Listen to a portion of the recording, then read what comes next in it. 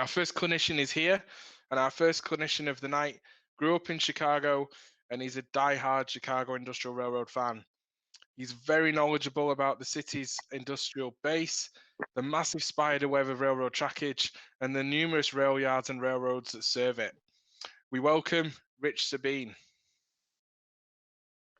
Hello, glad to have you here. So we could go to the first slide, Speed. We're going to talk about the Chicago Central Manufacturing District.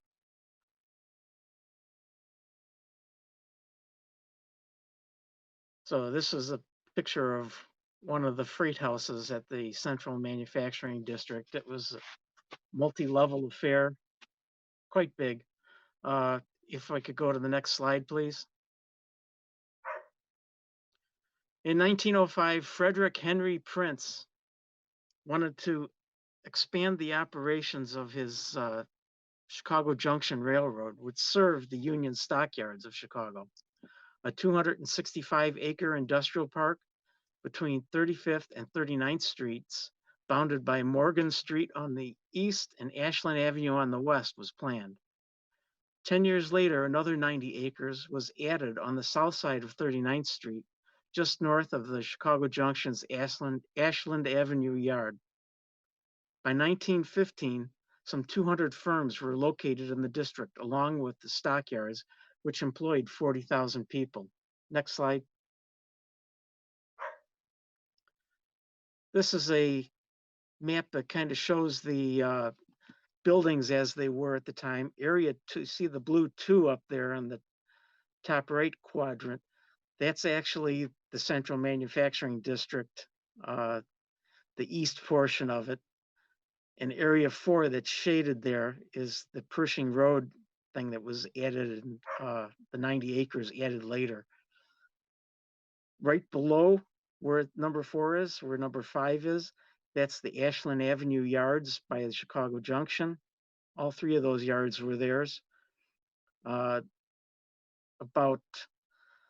I don't know, a little southeast of where the number 5 is, you'll see a bunch of tracks going in. That's the Chicago Junction Freight House, which had 24 tracks going into it. And each railroad would pull their own trains out of their own track at scheduled times. And then the right quadrant is the Chicago Union Stockyards. Next slide, please.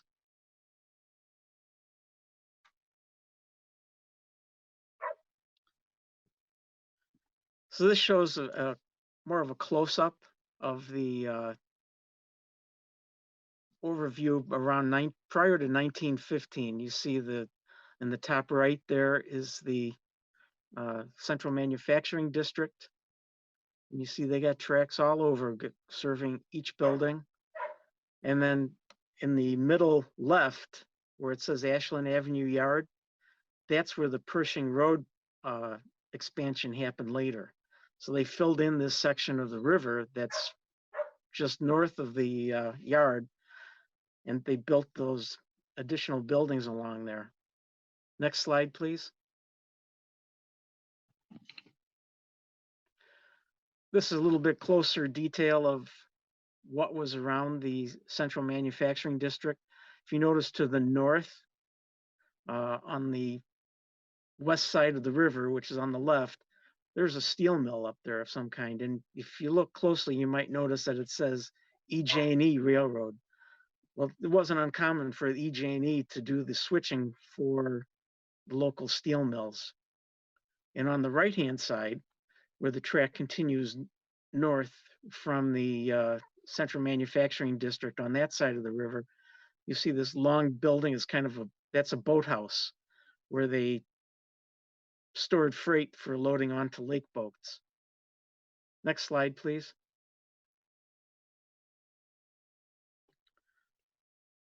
Okay, this is a closer view of Ashland Avenue Yard, and you can see better all the tracks going into the Chicago Junction Freight House by the clay hole there. Next slide, please. So this picture is the Pershing Road edition that was built after 1915. I'd like to point out in the center left there, there's a tall clock tower. That was the iconic clock tower of the Central Manufacturing District. And next to it, that kind of squat building with the big smokestack, that's a steam power plant for providing heat to all those buildings, those bigger buildings you see in the picture. Next slide, please.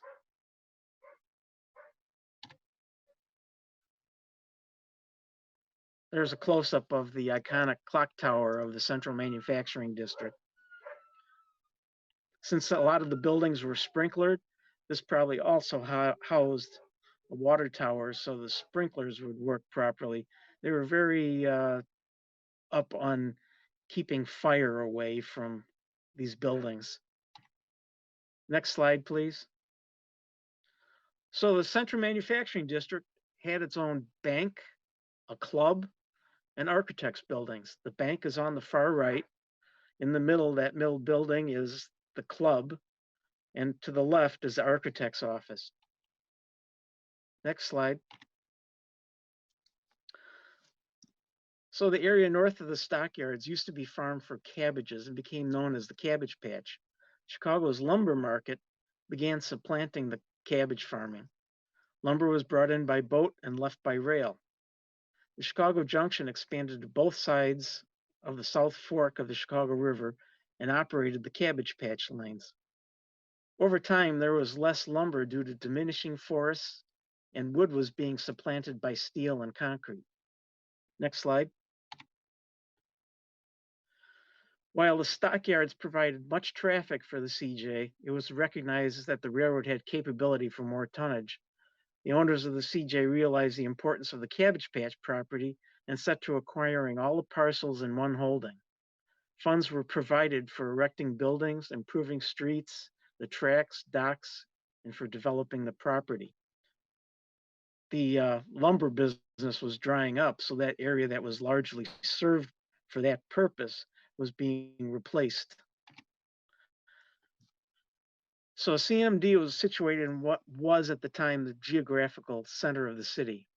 CMD was also at the center of the area population with many potential workers living nearby.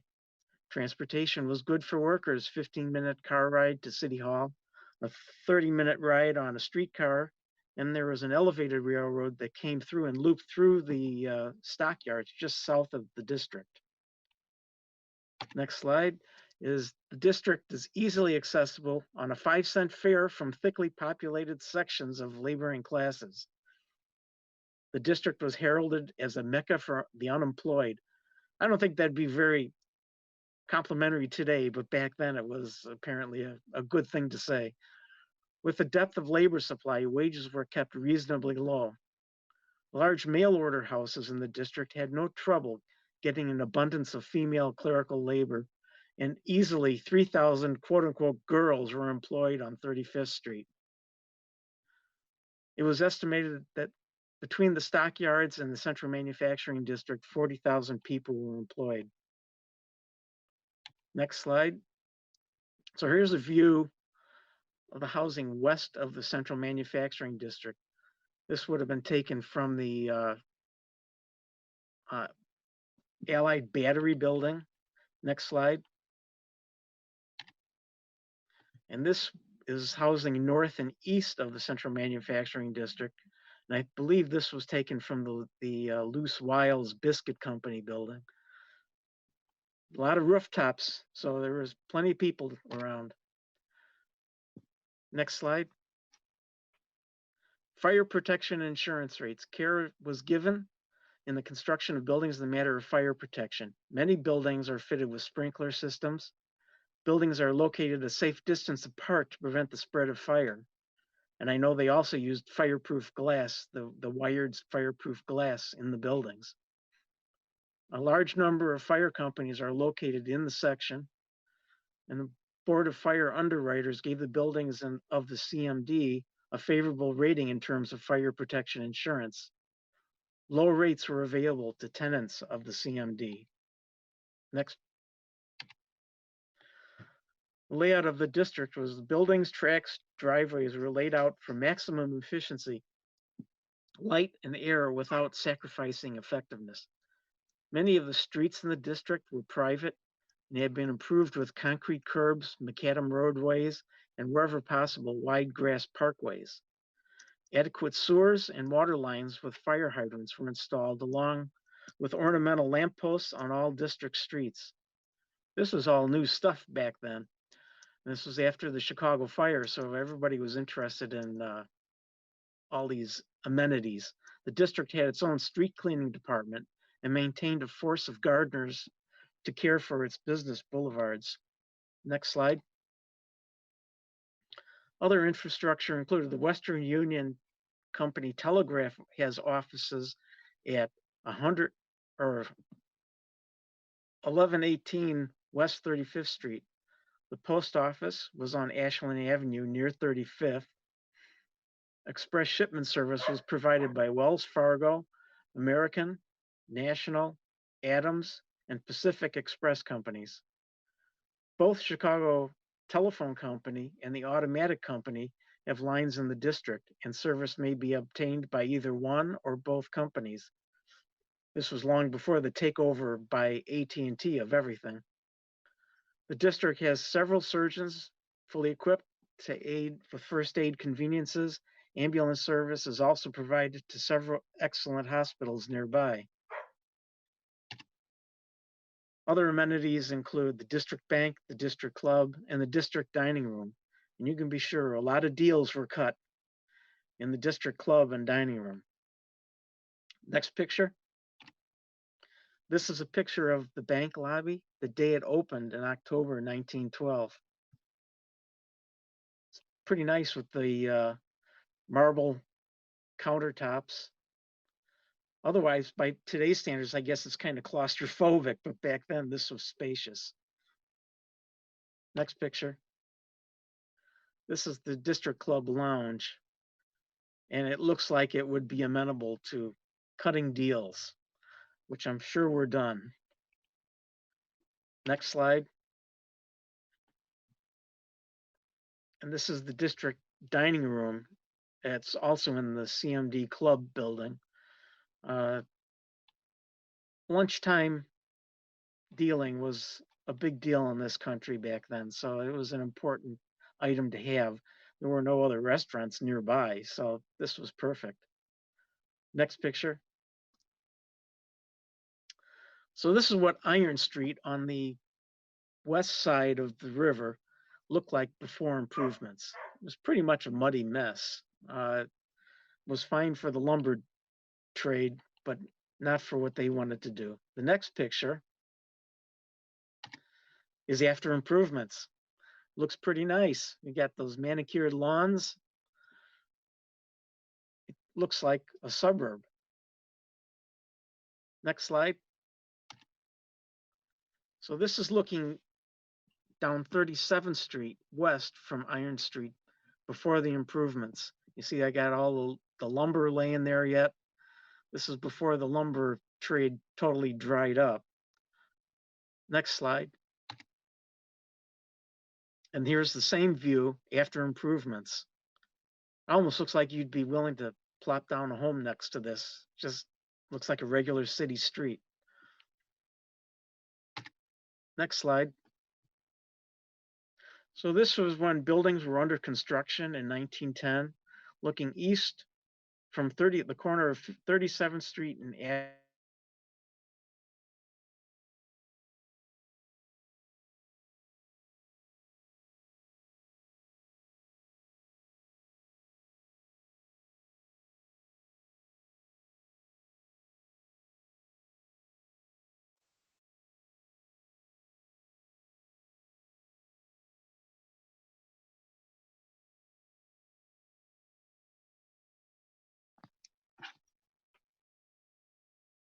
there we go. So there's a picture of the buildings under construction. If you notice, they have sidings built already before the building is even constructed. So they would use the sidings to bring building materials for the construction of the buildings. How convenient. Next slide, please. The district had its own architectural department Each building was planned and constructed, and the construction was supervised by the architectural department. They had a staff of engineers and architects. Every building had its own switch track and teeming driveway. Elevators, plumbing, heating, and electric fixtures were provided. Buildings were built by contract after competitive bidding only to responsible bidders. Rail tracks for each building were put in before construction started so materials could arrive by rail.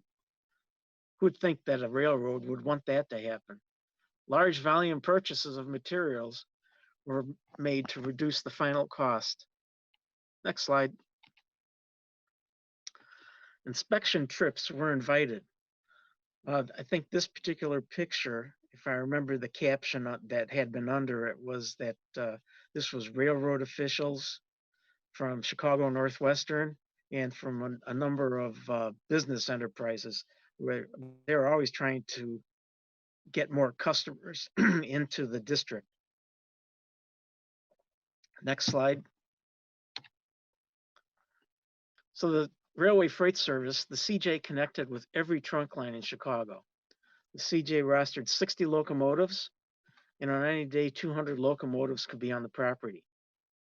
No passenger trains were permitted to interfere with the freight. Over 2.2 million cars were handled a year between the stockyards and the central manufacturing district. That's like 6,000 cars a day. And the Ashland Avenue yard had an 8,000 car capacity. So they couldn't let cars sit around for very long. Their motto was, let's move today's freight today. No switching fees were charged to cars set out or picked up on district tracks. So that was a big savings to your tenants. Next slide, please. This was a picture that was staged on a Sunday of some of the locomotives, as they called them, modern locomotives in the day, of the Chicago Junction Railway.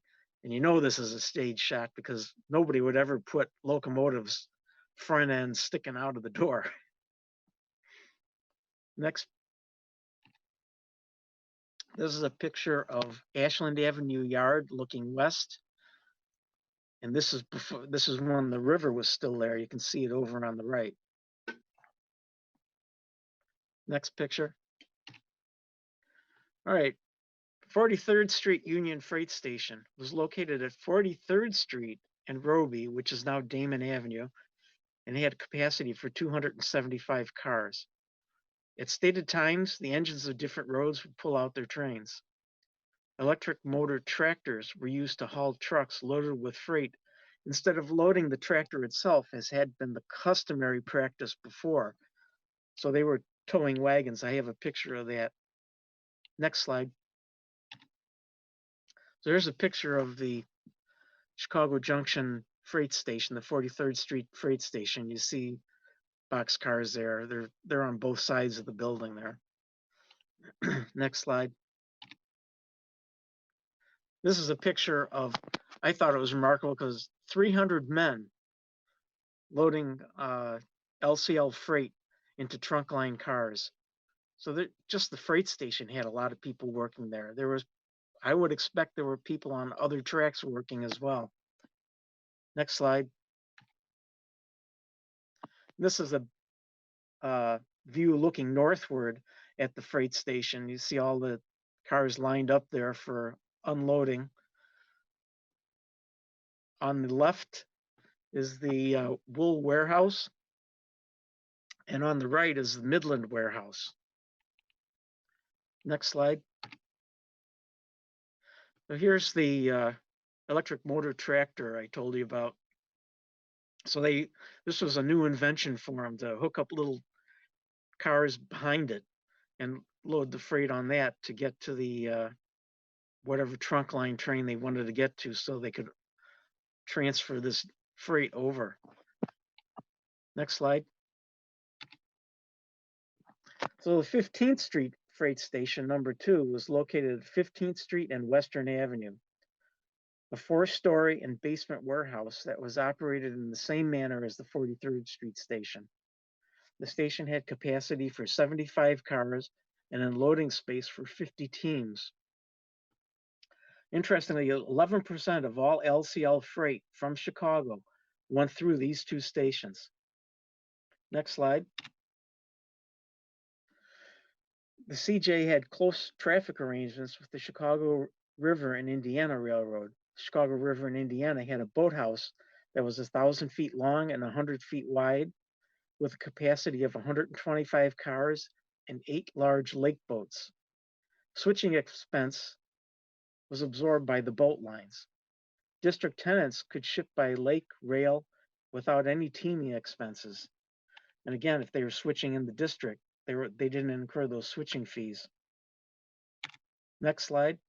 So here's a picture of the boathouses on the right side of the river here. And on the left, you just have a dock where they would unload cars directly into the lake boats. Lake boats used to be a big thing. Next slide.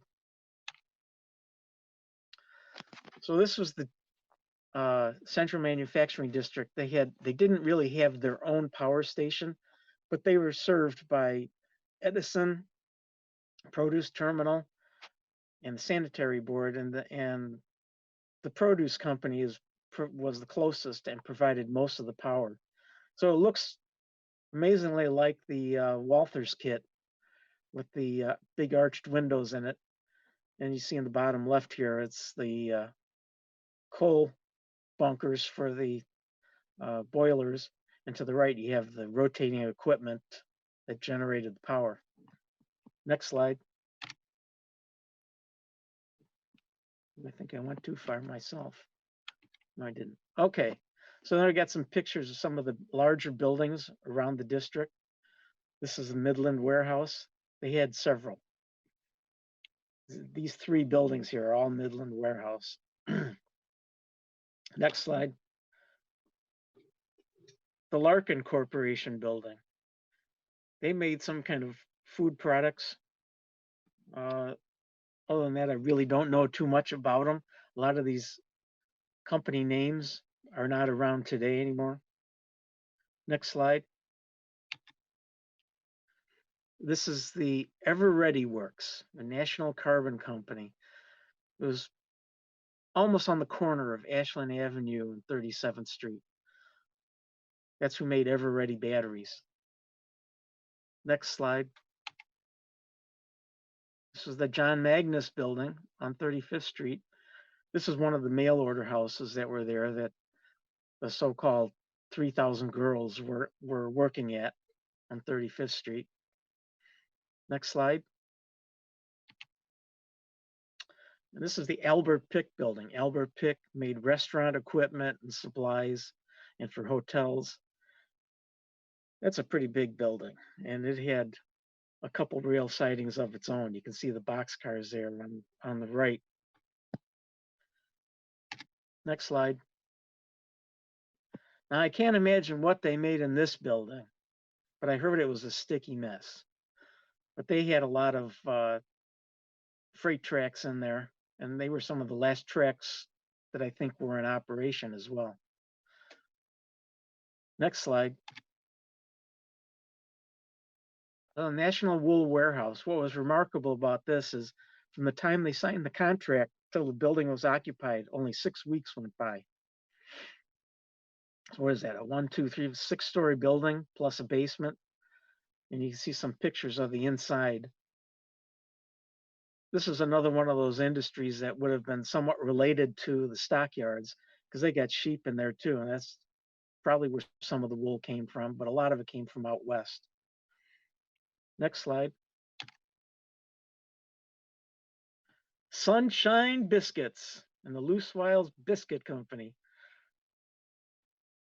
They have, it looks like a truck dock on this side. The other side had a rail spur. Next slide. Sefton Manufacturing Company. This is the drawing. It's right, they're right next to the river, but they had 2 sidings there. And you had trolley cars in front. They later added on to this building, but I don't have a picture of that. Next slide.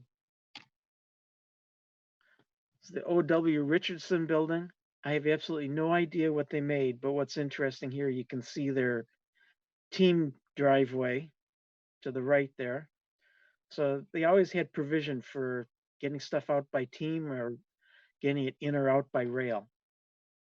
Every building had its own siding. Next slide. We're almost done here, guys. This is the Central Manufacturing District as I modeled it. This is on one of the buildings that are there, that's still there. Next slide. So this is my version of the Iron Street corridor. I left the street out because I really didn't have room, but it's the kind of setup they had there, sidings off to the side, a couple tracks. Next slide. And here I have American Can and Crown Cork and Seal very close there with the copper roof, and Pacific Lumber. These were all names that I took from the Central Manufacturing District. The Central Illinois Produce is the next one. I got a couple tracks in there and bring reefers in there. Next slide. And here's my Albert Pick building on the right. And on the left is OK Papers. I guess they were only okay, they weren't great. And then right in front there, that little building is the Illinois Shipping Container Company. Next slide. Here I put some buildings along the wall so they could all be served from the same track. I've got Midland Warehouse, Matt's Furniture, Rexall Drugs, and Stark Piano Company. And right here in front is the power station. I have one track on one side that's coal in and the other side is cinders out. It also serves as a lead track to get to the Central Produce Terminal. Next slide. This is kind of a track view of that same picture. And the next slide is the Chicago Junction Freight House. I've got 4 tracks. I had to route a lot of extra cars there, but it's pretty busy, even with 4 tracks. Next slide. And this is the end of the presentation. That's my Ashland Avenue yard. It has 26 tracks. The actual Ashland Avenue yard today has 26 tracks, and that was a total accident. I looked it up after I already built this. So I also have a complete list of the 200 companies that were in the Central Manufacturing District. If you're interested, if Speed will post my email, you can email me and I'll send you a copy of that. It's good for using anywhere on your layout because a lot of the names are so generic. They could be anything. You know, like Midland Warehouse is pretty generic by itself. So that's it. Any questions?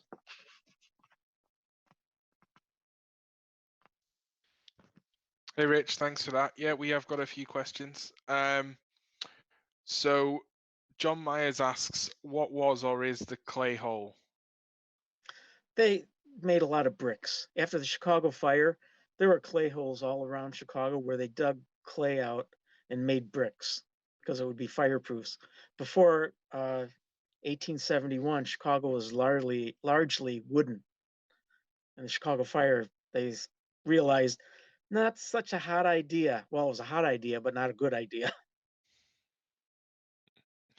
Okay, on your layout, a few questions about your layout. How many people operate your layout when you have an op session? I've had up to 13. I think now I could use 14. It's all switching all How the do you fit 'em time. in? How many trains would you run in a typical operating session? Well, it's not so much running by trains. There's different jobs. You know, you have like Ashland Avenue Yard will have two switchers in it, and there's another half a switcher that I let the 26th Street yard guy operate to kind of pull cars out and shove them through. What I do with my yards is like Ashland Avenue Yard, the majority of those tracks represent other railroads. That's my staging, as it were. So you sort cars into those tracks, and whichever track gets full is what I have the guy at 26th Street pull some off the back end and shove them up another track. And those are the next cars that get sorted for outbound work, either to one of the districts supplied directly by Ashland Avenue or to one of the other yards like 26th Street or Elsden Yard where, for the freight jobs that they service. Okay. So there's no staging ever. You don't need it. Mm. Not with all them yard tracks. Okay. Talking of yard tracks, you mentioned at one point in your presentation a yard or some area that had 8,000 cars, freight cars. So how Yes, many do you have? How many do you have on your layout? 700. Okay, and so in a typical operating session, how many of the 700 cars would move? I would guess with a full staff, probably 300. So you're never going to see the same car twice. Uh, how long? How long do you run op sessions for? 4 hours, 3, 4 hours, depending, when you get tired of standing, we kind of call it quits. But yeah, typically planned for 4 hours. So I still have more questions yet. Okay, 'Cause it's keep still going. flying in. Um, okay, which yard was it that operated the car floats, and where did they go? Where did they go to? That was Roby Street Yard. Roby Street has since been renamed Damon Avenue for those of you familiar with Chicago. The car floats went to businesses 20 miles up or downstream from there that didn't have a rail siding but were on the river. They would offload cars while they sat on the float. Also, there was a freight station at Washington and Lake Street, I believe, where they also offloaded cars into the freight station while it sat on the float. Then they had two actual float yards. One was at Erie Street. That yard could hold 25 cars, and he had interchange with the Milwaukee Road. And then there was another float yard north of Goose Island that had capacity for 60 cars, and they interchanged with the Northwestern there as well. So they were trying, that was the Erie Railroad that operated it. They're a small railroad. And why would they do that? It's because the freight rates were such that there was no uniform switching charge across all areas of the city. So every railroad would charge you, and whoever originated a load would get half of the revenue of the car movement, the entire move. So if you were sending a car from the Clybourne district to New York City, half of the revenue would go to whoever originated the load. If the load was originated in that float yard, Erie Railroad was getting half the revenue. They could hand it off to Pennsylvania Railroad right at Roby Street, and then Pennsylvania Railroad would have to deal with moving the car the majority of the distance and get only half the revenue. So that's why they Okay, did it. that's cool. That's clever. So what do you use for your car movements? Is it JMRI or JMRI ops, or do you use car cards and waybills or Car switch cards lists? What and do you use? car cards and waybills. Here's a sample car card. I got a picture of the car. The number of the car is on it too. The colors indicate the areas on the layout, the switching areas. I'll show you a map of my layout too, and you could understand that a little bit better. So typically, get the map. Let me flip my phone around.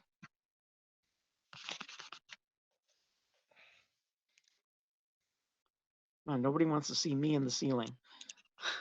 There we go. So these are the different areas. This is Elsden Avenue Yard is yellow, and any freight going to the Elsden Industrial District, that's also yellow. Then you have this little white yard. That's because it really isn't a destination. It's just a working yard for the pink and purple areas. Pink is for the paper job, and purple is everything brewery related. This is Roby Street, and that's where the car float is. You go around this way, the Illinois Northern continues around this way, 26th Street yard, and he has some industries for that guy to work too. This is the Ashland Avenue interchange yard, and the white one is the Ashland Avenue outbound yard.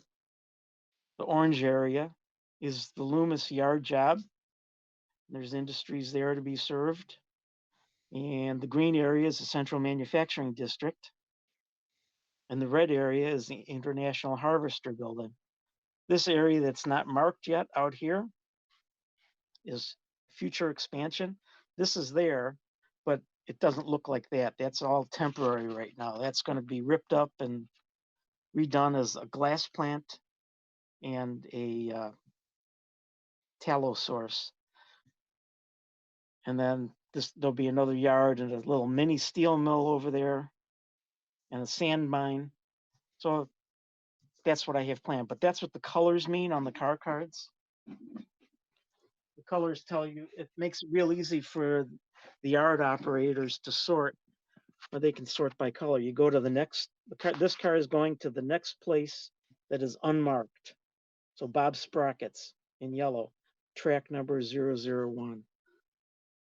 So that's this one right there. So you can, when you're sorting in the yard, you can sort by color. It makes it go much quicker. And the only one that really needs to know the specific siding is the operator of the industrial area. Okay. And so there's a question which is a good point for me to ask the next question with the car card in front of you is, does the session restage itself? Are Yes. those marks are placed, who places the marks at the side there in your... When you, the operator, spot a car, like for instance, when we spotted Bob Sprockets here, if we got 13 people, we use a real-time clock. So if it's 10 o'clock, you write in a 10. If we have less than 6 people or less than 7 people, then we use it as a turn-based, where instead of hours, because there's no way you're going to get enough done in an hour. I'll show you here. I have a board. I use this board for the different areas. And these are the turns that they're on. So I'm at hour 13 for most everything, except Belt Railway Argo. I'm at 14 already. So I advance them as I finish. You wait for trains to come in, trains to go out, and do your local switching, your local pickups, and that's a turn. That's basically what you do every hour. In a regular operating session, that would take you about an hour to do at each of these areas. The only job that's kind of light is the paper job, the pink one. That really doesn't have a whole lot to do. It only has 9 sidings to work with, but it also has no runaround track. So that's what makes that one a little harder. The purple area has a runaround, but it's only 3 cars. So that's what makes that one a challenge. So I try to even up the work between the different jobs. I find that somewhere around 12 to 15 sightings is a good job. That's awesome. So, questions. So, how much selective compression did you have to incorporate into your layout? Oh, quite a bit. Like that Chicago Junction freight house, I have 4 tracks. It was 24 tracks in the real world. So it's 4 down to 24. Yeah, Yeah. it's pretty compressed. And someone's asked, are all your freight cars weathered? No, probably about a third of them are. Okay, I'm flipping around for tons. There's just tons of questions. Somebody's asked about the car floats. Were they self-propelled, or did they use tugs to move them around? They used tugs. They had, I believe they had 2 tugboats. They had two barges, they called them, which were enclosed, and they could offload like up to 5 boxcar loads of materials into those, and they would use those as well. And then they had 2 4-car floats and 2 8-car floats. So there was quite a bit of traffic on the Chicago River. On your layout, are your switches motorized or hand thrown? They're all hand throws. Okay. Right. Well, guys, listening to this, kind of last shout for questions, because I have gone through all the ones I had here from everybody. There's lots of people saying, yeah,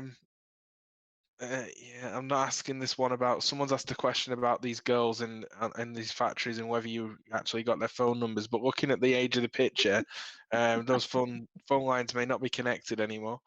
But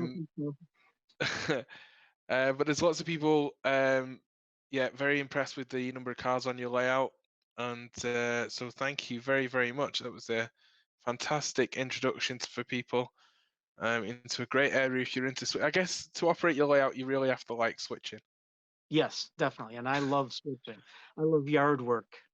So you want a quick tour of the layout? Yeah, I think we can do that. I think if we just make sure that, hang on, before you start, let's just make sure Brad's awake in Australia. Brad, can you make Rich big and Gordy small, or shall I do it? God, he's on it. He's on it. He's on it. He's on it. All right, I'm going to knock my camera off to help this out. All right, so everyone can still hear Gordy. And for those asking, the bow tie is Gordon Tartan. For those that are asking. So there we go. We're let's go layout tour. Okay. This is right now my temporary Belt Railway of Chicago yard. And this compressed area over here is supposed to be the glass plant, which is really what's going to land over here. The glass plant, the tallow plant, and the steel mill. So it's all compressed into this area. And here's my sand mine as it stands now, but it's not big enough. I don't have enough room for all the cars I got to have for the glass plant. I have a car repair facility on the BRC. And this is a swing up bridge that goes to the original part of the layout. This is Elsden Avenue Yard. Let me duck under here. And over here is the Elsden Avenue industrial area. Thanks to COVID, I got all the scenery done.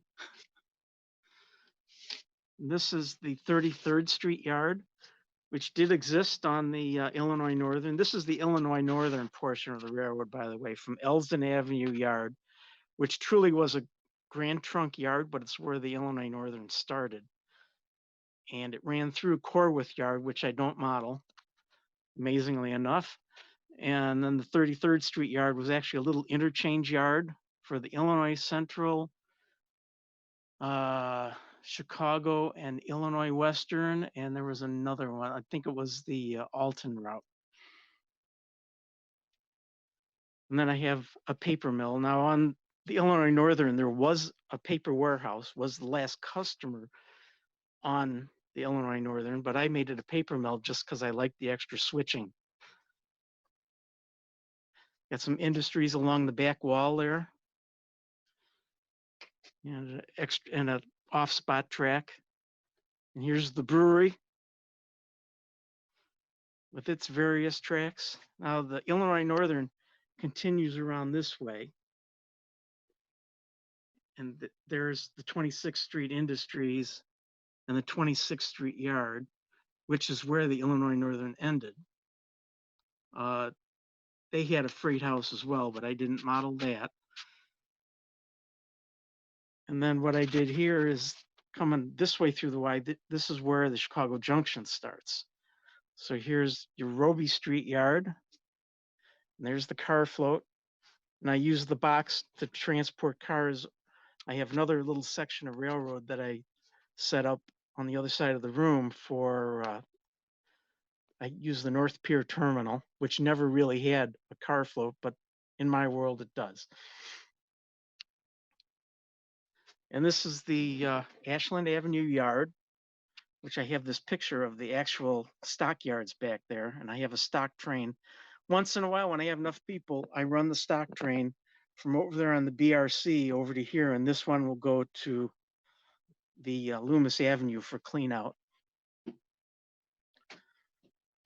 this is the outbound yard for Ashland Avenue. Notice I have the colors there. So that's makes it easy for the yard operator to, he gets a cut of cars and he just has to sort by color. He doesn't have anything to mark off because these are not the final destinations for the cars. However, this was the area that was light green on that map. These are considered final destinations for these cars because these are all interchange tracks to other railroads. The 2 tracks here, this is what the 26th Street operator, he uses these tracks to shove cars up here as supposedly interchanged in from other railroads.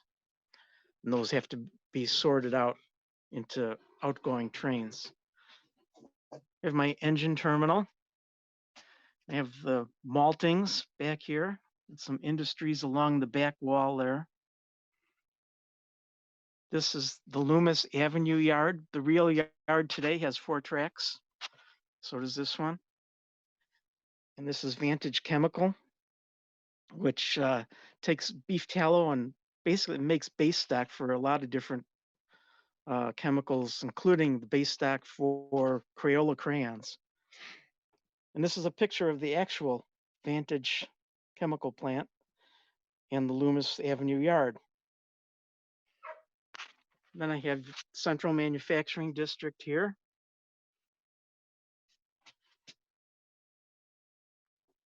Crown Cork and Seal, Pacific Lumber, American National Can, Central Produce here. Illinois Shipping Container. There's Albert Pick, Midland Warehouse. So there's a view of that. And this is the International Harvester plant. You know, International Harvester really belongs over by 26th Street Yard, but it just didn't work out, all the switching over there. So I moved it out here so it's separate. So that's the whole layout.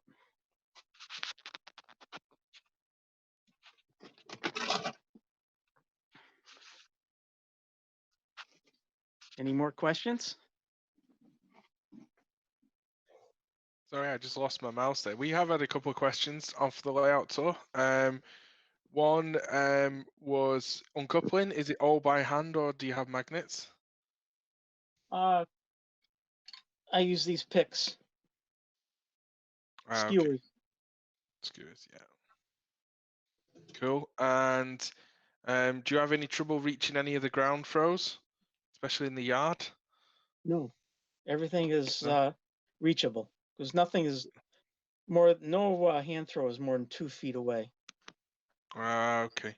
And somebody's asked, how do you get a dozen operators inside that layout? And I've got to be honest and say that they're probably not all Gordy sized. So that's probably how you fit a dozen in. What's that? So Oh, it's how do you get a dozen operators into a layout space that looks so you small? pretty much work in a spot. The only people that have to move around are the ones that are running the yard transfers, like from BRC to Ashland or Elsden to Ashland or to 26th Street. So most people don't have to move at all. Okay. Sounds like it's getting more kind of my layout all the time. So the brewery job, is that the one that's closest to the beer fridge as well as to the brewery? No, as a matter of fact, it's not. Elsden is closest to the beer fridge. Just checking in case I'm ever in Chicago, just so I know. Okay.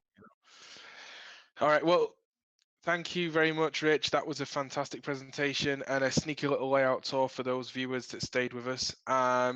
If everyone wants to hang around, go catch up on the football scores, or go for a pee, or put on a pot of coffee, whatever you need to do. Crack on, get it done. There's some more clinics coming up. We need to go. We need to go off here very soon because we've got Ralph Franzetti coming on from Canada doing AK weathering pencils, and he's going to do a live demo. So we need to go away and help Ralph sharpen all these pencils, ready to do this next clinic. So we'll be away. We'll be away in a wee sec just to do that. But yeah, thank you very very much, Rich, and. We'll catch you all in about 8 minutes. And if you, for those.